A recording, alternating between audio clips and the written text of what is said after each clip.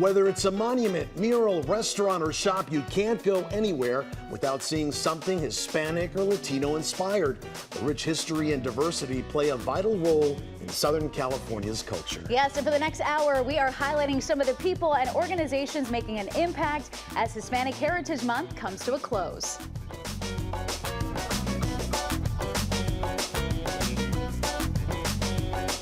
And welcome to KCAL's Hispanic Heritage Month special. I'm Juan Fernandez. And I'm Kalina Estrinos, and we're going to have so much fun. I'm ready to dance. Let's do it. And just explore everything. By the way, did you know that LA County has the largest Hispanic and Latino population in any U.S. county? We're talking nearly 4.7 million people, and more than 3 million of them are Mexican.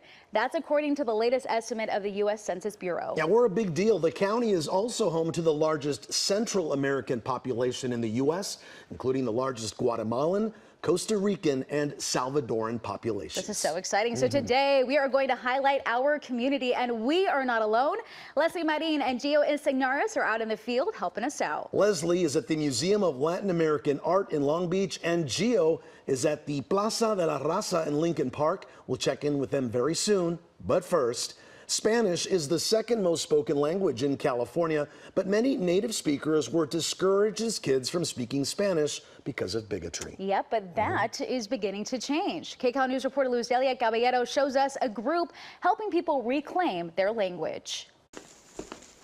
Wendy Ramirez and Jacqueline Rodriguez are getting ready, se están preparando for their first session of the day with Spanish Sin Pena, or Spanish Without Shame. ¿Cómo están hoy? Thank you for joining us today. Spanish Sin Pena is this amazing community of people who have Latin American heritage but struggle with Spanish. It's made up of people like founder Wendy Ramirez, who have grown up in the U.S. their whole life.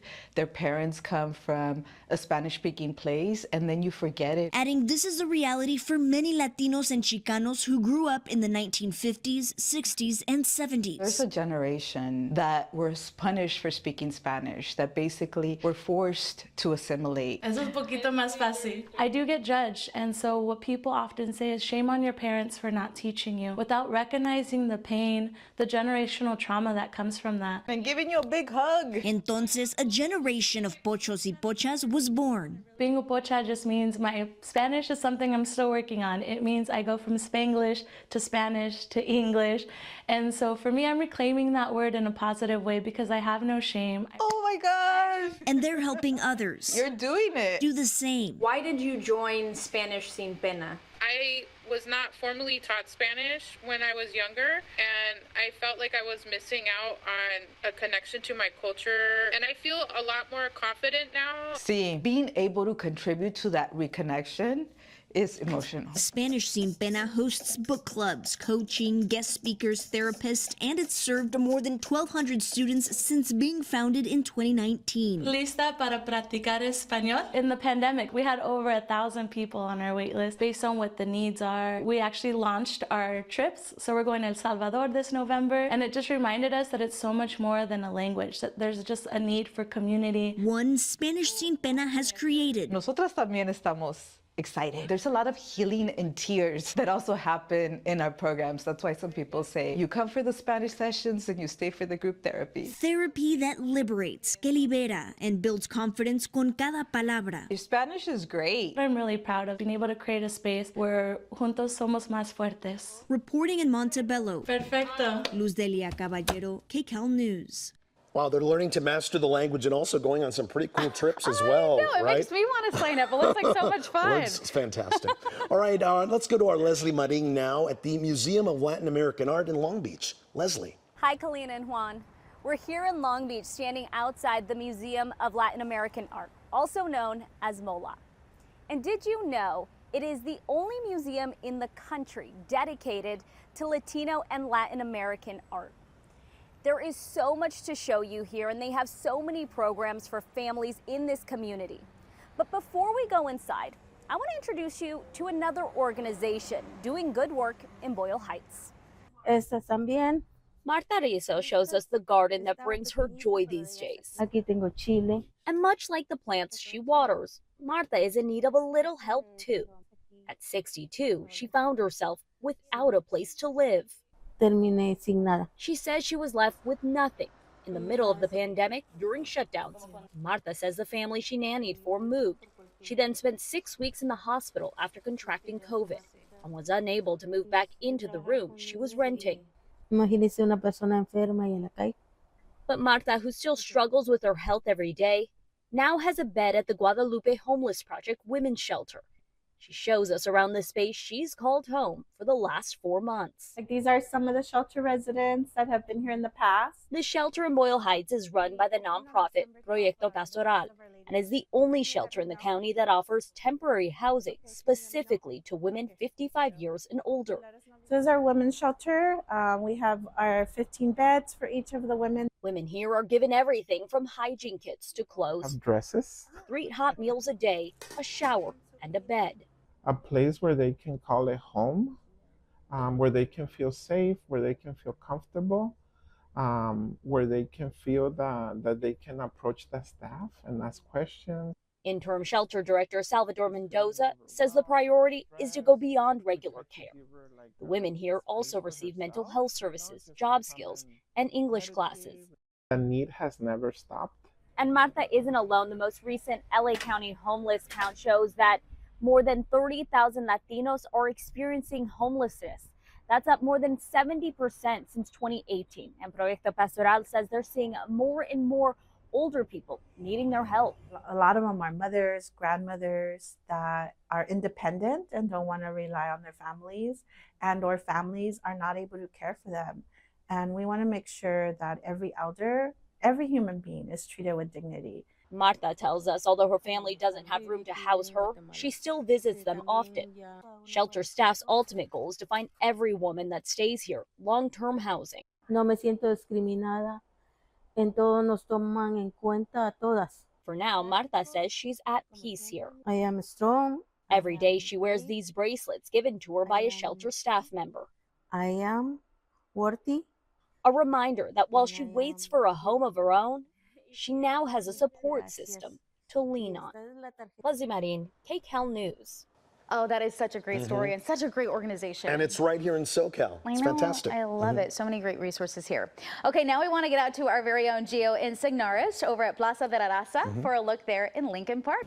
Hi, Kalina. Hi, Juan. Let us tell you that Plaza de la Raza, or Place of the People, has been supporting arts education and the community for a long time, more than 50 years, going back to 1970, offering dozens of different classes, including art, music, dance, and theater, all of that for more than 5,000 students a year.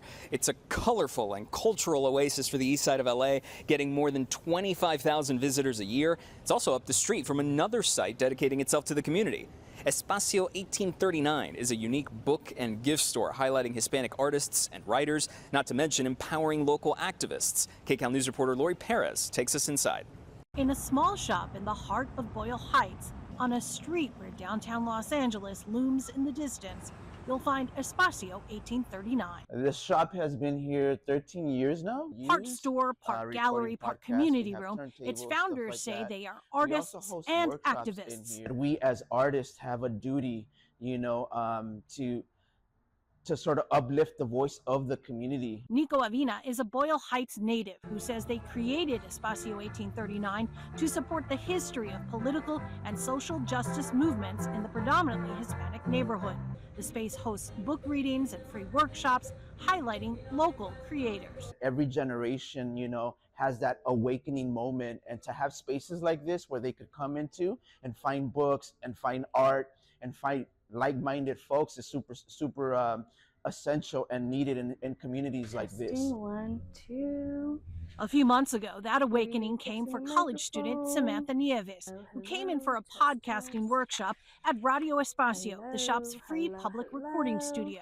I thought about so many things I can and need to talk about, so I felt that this is such an appropriate platform for me to express all these lingering ideas. Every week since then, she's been coming in to amplify her voice as a young Mexican Salvadorian woman on her podcast, Spaced Out Audios, talking about everything from the need for more affordable housing to the lack of Chicanos and Chicanas in higher ed. I recognize that I need to start questioning and being very loud about how I question. So a podcast is a perfect platform. One day, in what see would be my a full circle notes, experience, ready. she hopes to work giving people in her community more testing, tools 1, to express 2, and advocate for testing. themselves in places like Espacio 1839. Creating a platform for working class communities to not only engage, but contribute. In Boyle Heights, Lori Perez, KCAL News. Coming up, committed to the Latino community for more than 3 decades. The East LA organization zeroing in on the health and well-being of the LGBTQ plus population. It should be something that should be timeless, an heirloom piece, something that you can pass down to your children, grandchildren. Plus, lined with history and shaped by culture, the hat shop honoring its Hispanic heritage.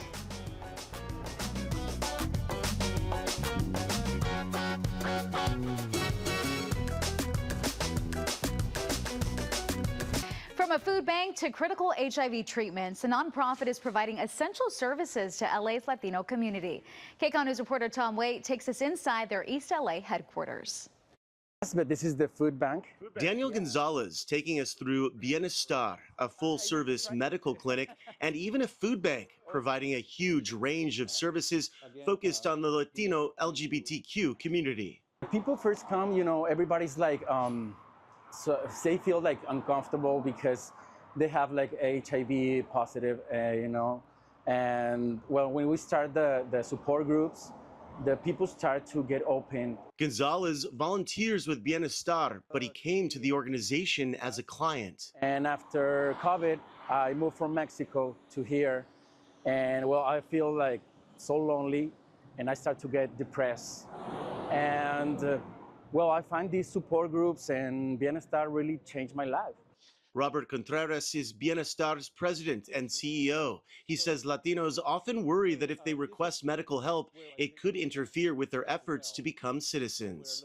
Even though they may qualify for Medi-Cal, they feel that if they do, once they want to become citizens, their citizenship may be denied because the government may think that that's a public charge. Contreras says in the last 12 years, HIV infection rates in the Latino gay community have remained stagnant because Latinos aren't receiving the right information about preventative treatment. And one of the reasons why I believe that is so is because Latinos have not been a priority in terms of targeting them. Gonzalez echoes those concerns, which is why Bienestar's services are so critical. That happened a lot with community Latin because they don't have the information, and Bienestar really helps on that. In November, Bienestar will celebrate its 35th anniversary. With the community's help, they plan to celebrate many more milestones. In East LA, Tom Waite, KCAL News. Reaching for the stars, that's what 3 brothers are setting out to do, becoming part of the less than 11% of Latinos in the aerospace industry. So right now we're working on the preliminary tooling. The Amezquita brothers all work at Scorpia's space launch company. That's in Torrance. Edgar is a mechanical engineer and Abraham is a composite technician. The 2 of them took part in the historic lunar landing back in February. It was the first time commercial entities landed on the moon, and most recently their 3rd brother, Ramiro Jr., was asked to come on board. I never thought I would be in this position, you know. This is like a dream come true, actually, showing that, you know, Latinos can be in this industry. It's pretty surreal. Every time I see a Latino in this field, it just kind of gives that sense of pride. A trio with big dreams and missions to achieve on this planet and beyond. Talking about reaching for the stars, right? I know, that's so cool. Right. Okay, so sun protection, a fashion statement, or honoring a culture. We are taking you inside a shop that honors Hispanic heritage with each hat they make. Each hat, and KCAL News reporter Luz Delia Caballero shows us their innovative techniques to make timeless pieces. Take a look. We've been making hats for almost 10 years. Buried deep within the heart of Boyle Heights, Every hat starts off with the felt. This is just the raw body. Is Marqués Clásico, a hat shop oozing with Mexican pride. And this will give it its initial shape. We are Mexican hatters. It's not only what we do, but it's deeply ingrained in what we do because that's who we are. Inside, you'll see Gilberto Marquez, his wife Cynthia, and nephew Adrian Ramirez hard at work. These pieces, to me, are much more than a hat. They're representations of a culture. Some hats will be a fedora, some hats will be a Western hat, a tejana. Then this over here is a charro hat. I don't know anyone else who is doing pyrography on a charro hat. We have some men's and women's clothing coming out pretty soon. I fell in love with the idea of working with my hands. I'm not as talented as Cynthia is as far as artwork, but I have that want in me to express myself, so I do that through hat making. So once Gilberto is done with his work, the hat then goes to Adrian. I'm about to make a self-band. The longer I've been here, it's been more like, okay, like I have more respect for it now. Because what started out as his way to pay for school books has now turned into a career. I've been doing this since 2020. Now it's time to hand things over to Cynthia. It's currently in the works. For design. I only have one chance. I can mess it up. People call it differently. They call it branding, etching, pyrography. I like to add different techniques into the drawing so it can either look like 3D or more like realistic. Just adding the little details. A dream that started in New York and brought them to LA. We started doing hats in our tiny shoebox apartment in Brooklyn to then our garage at home throughout COVID. Little did they know their dream would soon turn into something much bigger than they could have ever imagined. If you're passionate about something and you keep working towards it, anything can happen. I think this is a good start. Their hats now worn by celebrities including Karin Leon, one of the fastest rising stars in regional Mexican music. Each piece takes about 2 weeks to make. Depending on the customization, sometimes it can take longer. To them, this isn't a job, it's a privilege. I'm able to keep the tradition of hat wearing, but also the tradition of hat making alive. Each hat lined with history, shaped by culture and created to endure the test of time. It should be something that should be timeless, an heirloom piece, something that you can pass down to your children, grandchildren. In Boyle Heights. What's classic never dies. Lustelia Caballero. It's what keeps us going. KCAL News. Wait, one. That hat would look great on you. We Amazing. got to get you one of those hats. Classic and sharp. I would love one. Okay, Christmas list. Let's do it. Okay. All right, coming up, empowering and connecting Latino fathers. We'll tell you about the local group working to inspire dads to move forward and create their own legacy. Plus, the clinic providing quality health care regardless of a patient's ability to pay. And we'll head back to the Museum of Latin American Art, where our Leslie Marin will show us their current exhibit.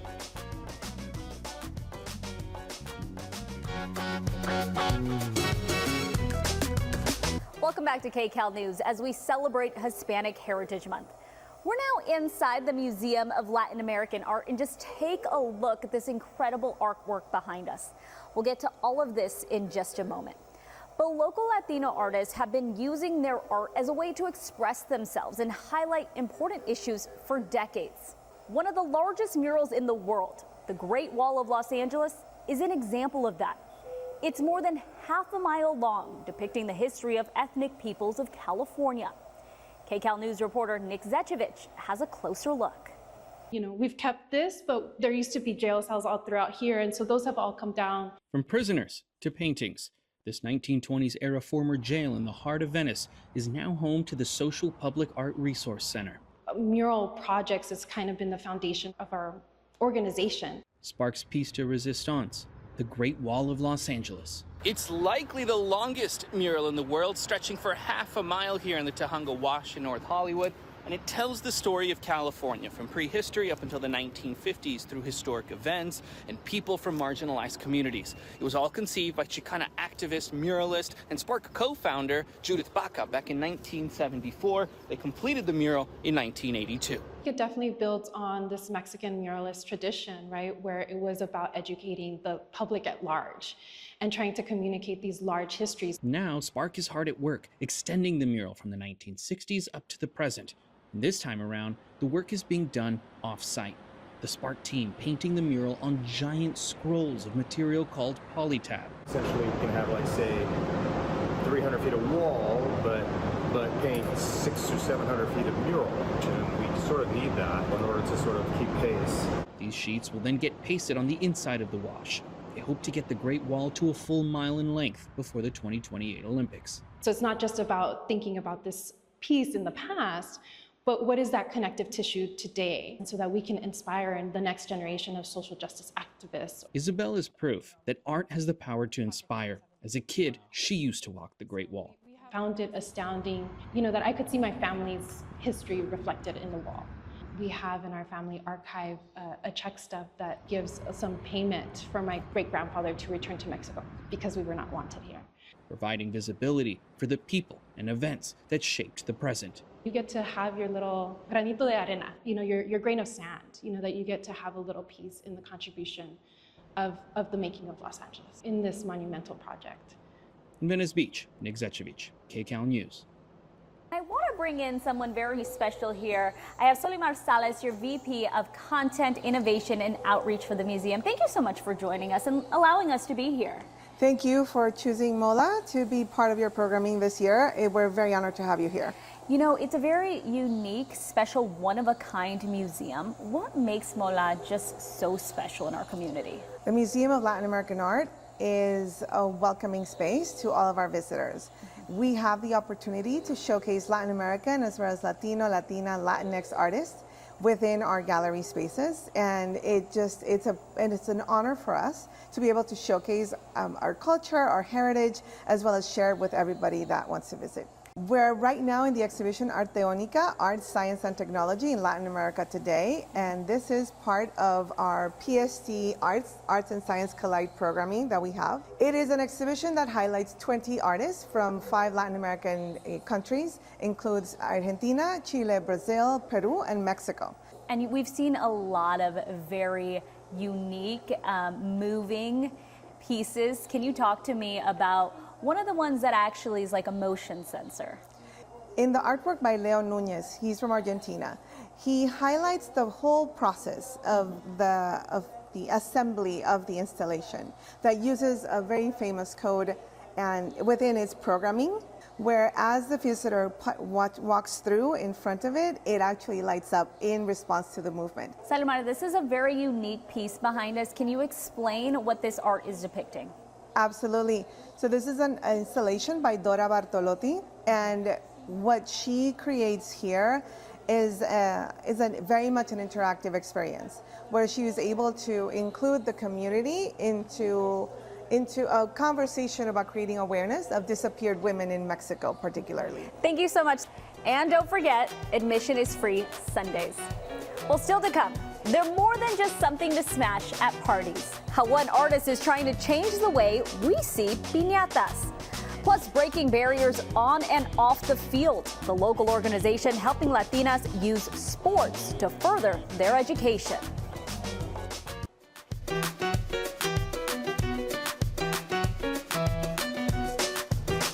Welcome back. Fathers play a vital role in their children's lives, but sometimes they need support too. That's right. And one group's mission is to do just that for Latino fathers, helping them break any negative cycles, promote positive mental health, and create meaningful bonds with their family. KCAL News reporter Rina Nakano introduces us to the Latino Dad Connection.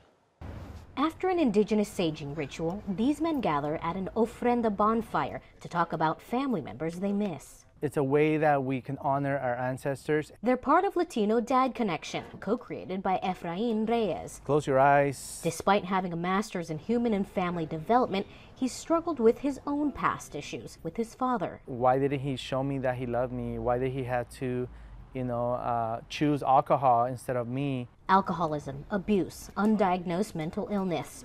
Reyes says the problem is far too common in his community.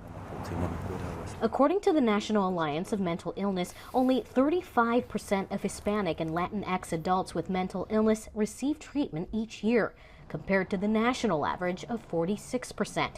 It's often because of language barriers or legal status, but most importantly, the big one is machismo. Men in our culture are taught to be strong and to push through things, and so a lot of men unfortunately bottle things up. Recognizing that the root of the problem was their roots, Reyes and fellow father Jose Salce created Latino Dad Connection, a culturally sensitive support group to break destructive generational cycles. I didn't have a whole lot of role models. Amir Awadi was raised by a Mexican single mom. He joined the group 2 years ago to help navigate his fatherhood journey for his young son. Like your abuelo, he also fought en la revolución. At the monthly compadre circle, the dads open up in English, Spanish, in Spanglish. Roto, rompido, you know, so I'm still figuring that out. No judgment, just support. Many times there are tears. I just wish I could hug her again.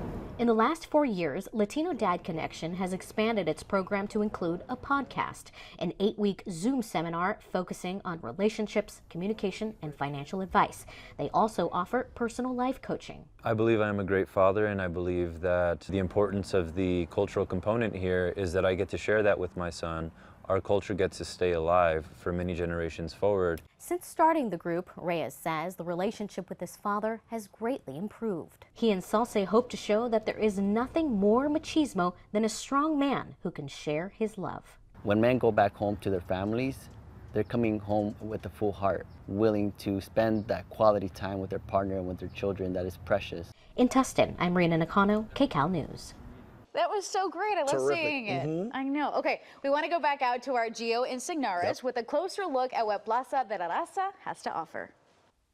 Kalina, we are inside Plaza de la Raza. Did you know, fun fact, that this is actually the longest running multidisciplinary Latino cultural arts center in the entire country? Now, classes have already started for the fall, but registration online, that's still available, or you can simply walk in. And on top of all of that, the center says that 90%, almost all of its youth students get free or low-cost classes. And with that, we know just how important access to affordable or free resources can make a difference in a person's life. In Pico Union, Clínica Romero provides healthcare services to patients regardless of ability to pay.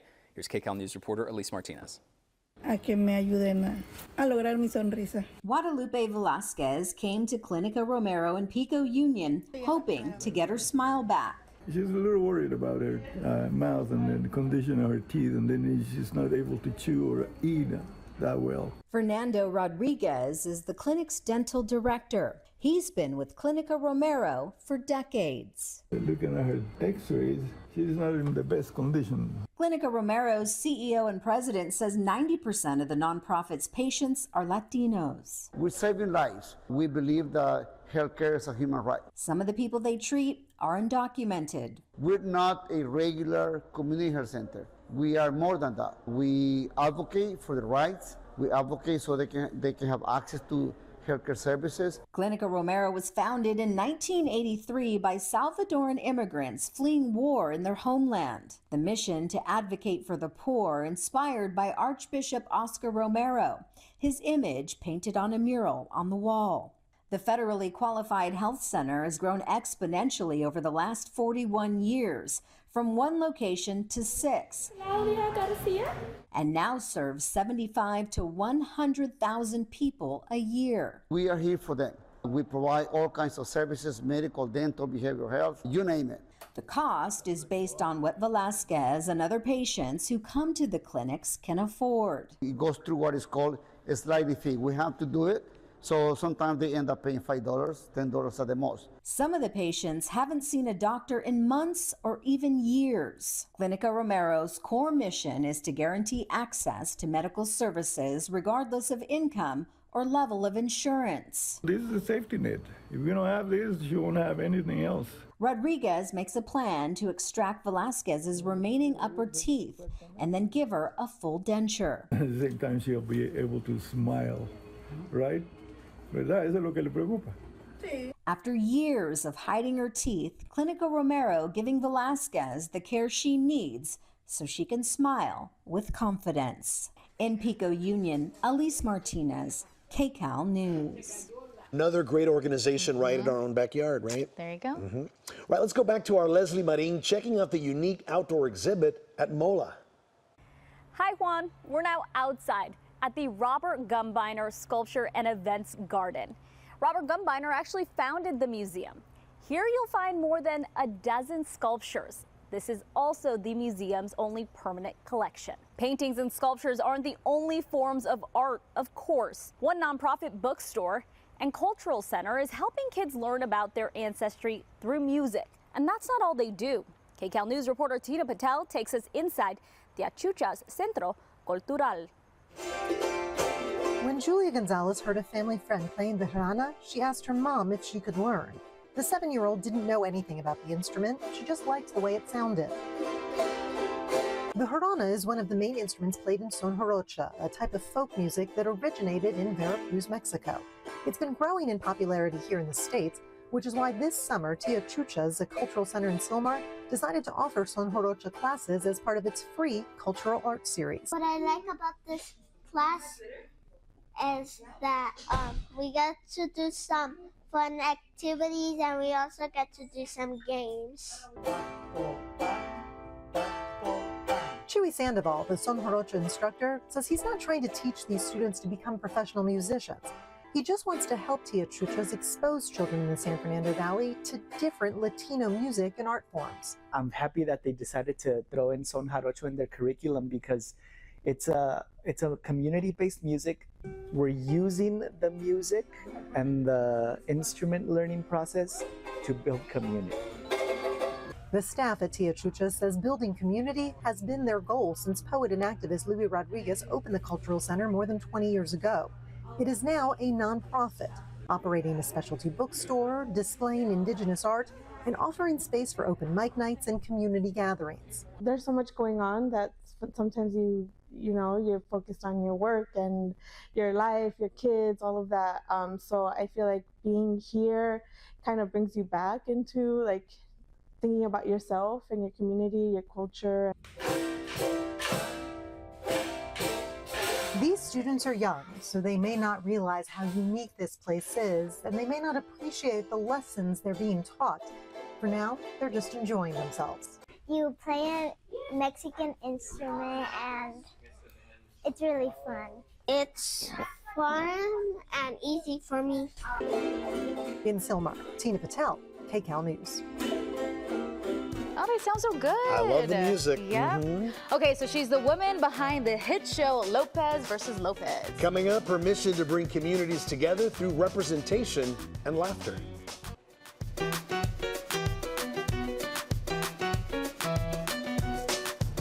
You probably heard representation matters. Well, experts say it can help foster understanding between communities. Hollywood has made some progress, but there's more work that needs to be done. And our Suzanne Marquez spoke to the showrunner of Lopez versus Lopez about the show's impact.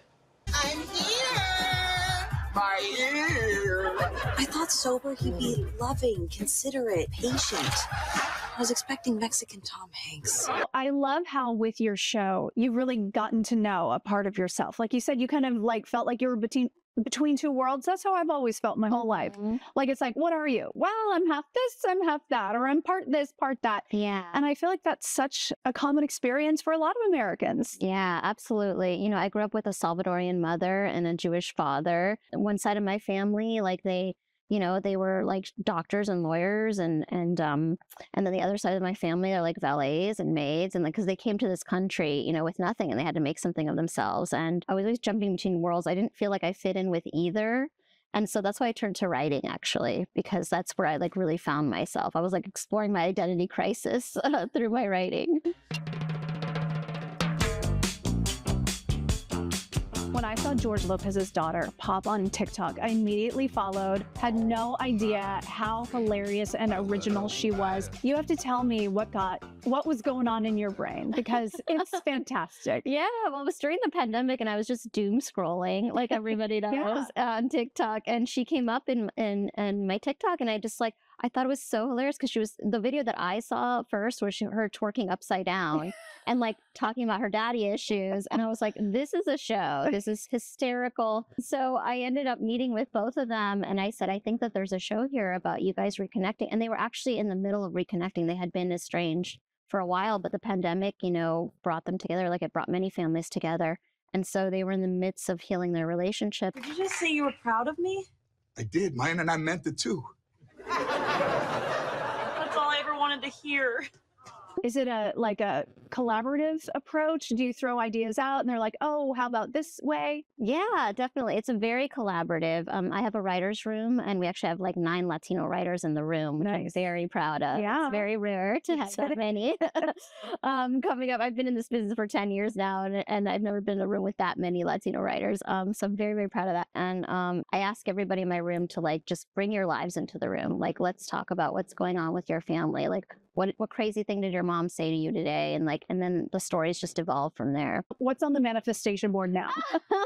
I know. I feel like I'm like this is my dream. I'm living my dream. To be 3 seasons in. Yes. I think for me, like I think there's still a lack of Latino representation in television.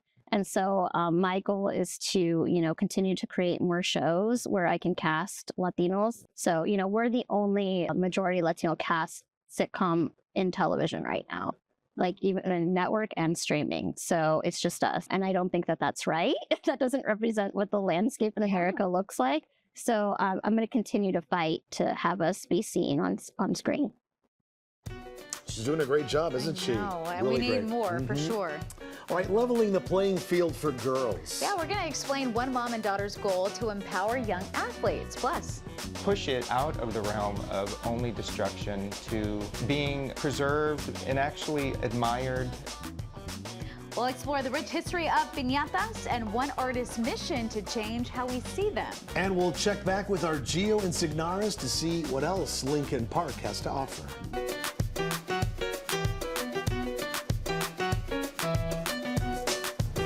Welcome back to KCAL News as we celebrate Hispanic Heritage Month. Plaza de la Raza is in the heart of Lincoln Park, and we've already talked about the cultural programs and opportunities provided here.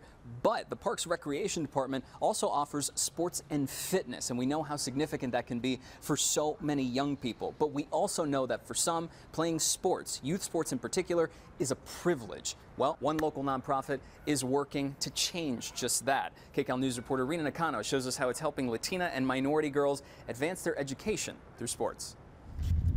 Delilah Lopez has done this walk onto the Maxim softball field in Burbank hundreds of times. I've played probably since I was 4 years old. After a few seasons, coaches recognized her talent. That's when things got serious and expensive. We're definitely not a super rich family, rich with love. I like to say rich with love. But love couldn't pay for new jerseys and $500 bats. So she turned to the US Sports Foundation, which stands for Empowering Leadership in Latina Athletes. Our goal is to level the playing field for Latina athletes and women of color. Patty Godoy started the nonprofit with her daughter, Lily Travieso. As a young girl, she only had one dream. I told my mom, I was like, I want to play college. And she was like, all right, we'll figure out a way. Though Travieso struggled through her recruitment journey, she didn't give up. She eventually got a scholarship to play D1 softball, but that wasn't the case for her Latina teammates. Unfortunately, I saw the majority of them either quit because of financial reasons or cultural reasons. Boys in the Latino community are born with a soccer ball in their crib. Girls aren't. It's usually the other way around. It's like, no, don't get hurt. Go help your mom in the kitchen. The NCAA demographic database shows only 7% of student athletes are Hispanic. Travieso and her mother made it their mission to change that stereotype. Since 2019, ella has hosted hundreds of equipment giveaways, clinics, camps, and mentoring and empowerment workshops for both the athlete and their parents. I got MVP. Ella has also flown Lopez and many others to top recruitment showcases. Being seen by the right people at the right time has given Lopez the opportunity of a lifetime. I committed to Cornell University, and I'm playing softball there. And freeze. Good, come here, Mia. Though Aya started out with a softball focus, it's now expanding to include soccer, boxing, basketball, and other programs. The goal is to show young, underserved girls that sports can further their education and beyond. They can build themselves up, that they can use sport to better themselves, to grow, to be a leader in their community. In Burbank, I'm Rina Nakano, KCAL News. As someone who played sports, yes, I love this story so much. It was great. Thank you. Way to go, ladies. Absolutely. Okay, it's an iconic symbol of Latino culture that has a long and fascinating history, deeply rooted in traditions dating back to the Aztec Empire. We're talking about a piñata. The Aztecs honored their gods by filling a small feather-covered pot with treasures and hitting it until all the contents fell at the feet of a statue. So piñatas were created to be destroyed, but local artists are trying to expand that view and make them for keeping. push it out of the realm of only destruction to being preserved and actually admired and cared for in a long-term sense. And I've slowly developed a style where I use serrated fringe and use all acid-free materials just to make sure my pieces last for as long as they can. They're stunning. Gorgeous. Yeah, in this LA studio, Roberto Benavides has spent nearly 15 years creating these works of art. He starts with paper mache and balloons, sculpting shapes covered with fringed and metallic papers. He also adds a surprise inside. I do put stuff inside, but I don't talk about it. And it gives me the freedom to add something to a piece that may be very personal for me that I don't want to share with everybody. Honoring his Mexican heritage and adding his own twist. These are beautiful keepsakes, aren't they? So impressive. He is so talented. Gorgeous. Coming up, they are one of the oldest groups in contemporary music.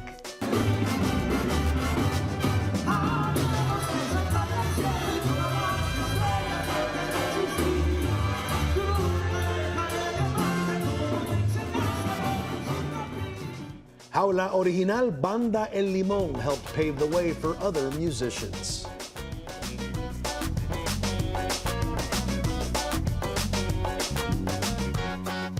It's a group that's defied the odds since it was formed nearly 60 years ago, and they're leading the way in the development of Mexican regional music. And they recently got an award right here locally just for that. And KCAL News reporter Luz Delia Caballero introduces us to Banda El Limón. La original Banda Limón de Salvador Lizárraga is one of the oldest groups in contemporary music. La Banda Limón was founded in 1965 in Sinaloa, Mexico. Juan Lizárraga is their leading member. I have been playing with the band for 25 years. And do you love it? Yes, I love it. Adding the band is his legacy. Mi legado. My father was Salvador Lizárraga, the founder of La Original Banda Limón. Lizárraga is a part of a 16-member group that's responsible for many firsts within their genre. We were the first to record vocals with music. Adding the group has also paved the way for other musicians to use synthesized sound in their arrangements. Victor Noriega Diaz has been singing with the band for the last 6 years. I am proud to be a part of La Original Banda Limón because it's the most important band in Mexico. Adding it's a group that has endured the test of time and one that successfully crossed over into the U.S. I didn't imagine coming to the United States. Joining the band was a blessing. And their achievements haven't gone unnoticed. Banda Limón receiving recognition from the city ahead of their 60th anniversary. Felicidades. Estos son los momentos que valen la pena en la vida. It's an absolute honor to be able to present this recognition to La Original Banda Limón, celebrating the deep traditions of regional Mexican music, banda music, Mexican culture, Latino culture. It's something that's so important, not just to our city in LA, but to our people all over the world. Ramon Baldonado says performing music that celebrates his roots is a dream come true. I like the contact with the people and when they sing with me. I am proud to be a part of Original Banda Limón. And even though it's been decades since they were founded, their sound remains the same, proudly traditional and true to their Sinaloan roots. This new album entitled Momentos is 48 production. They're icons of their genre, they're icons of regional Mexican music, of banda music. Reporting in Mid-Wilshire, Luz Delia Caballero, KCAL News. Well, thanks or gracias for watching our KCAL Hispanic Heritage Month special. I'm Juan Fernandez. Yes, gracias. And I'm Kalina Estrinos, and we hope you enjoyed celebrating with us in some of the diverse communities and individuals right here in our area. See you.